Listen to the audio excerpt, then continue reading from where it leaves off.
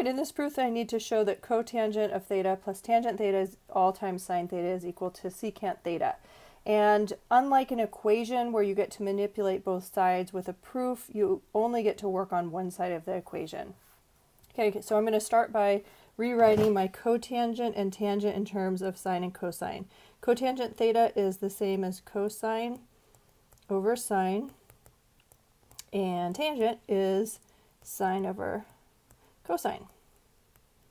All right, and all of that is still being multiplied by that sine theta.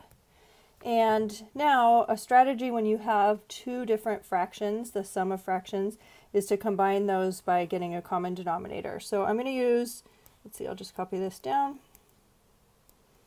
Sine theta. Okay, so my common denominator I'm going to use is going to be cosine times sine. And whatever I do in the denominator, I need to do in the numerator as well, because I'm not changing the value of anything over here on the left-hand side. So multiplying by cosine over cosine, that's just the same as multiplying by 1. And then it allows me to get a common denominator. All right, so my second fraction, I have sine over cosine. And so that denominator needs a sine. What I do to the denominator, I need to do the numerator as well. Okay, so now that's all still multiplied by that original sign under there. Okay, so my common denominator is cosine theta times sine theta. And here cosine times cosine, that would be cosine squared. And here sine squared plus sine squared is, or sorry, sine times sine is sine squared. And that is a trig identity. Cosine squared times sine squared is equal to 1. Oh, and I don't want to forget that that's still multiplied by sine.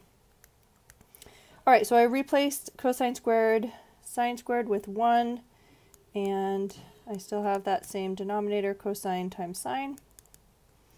And now my sine, I'm just going to write that as sine theta over 1, because then you can see that I'm multiplying fractions, and my sines will cancel, and I have 1 over cosine, which is equal to secant, and that is what I wanted. Okay, so with a proof, again, you're only working on one side of the equation, and at the end you're showing that all that work left you with what was originally on the other side of the equation. So that's what a proof looks like.